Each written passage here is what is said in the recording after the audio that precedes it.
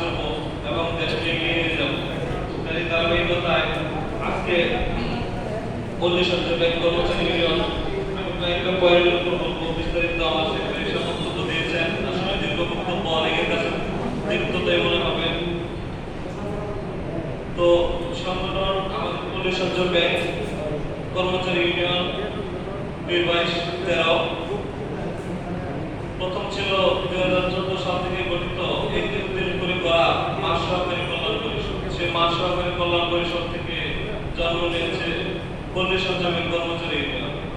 আর যারা সংগঠন বলেন কর্মচারী পরিষদ, সেই গঠনতন্ত্র আমার হাতে বানানো।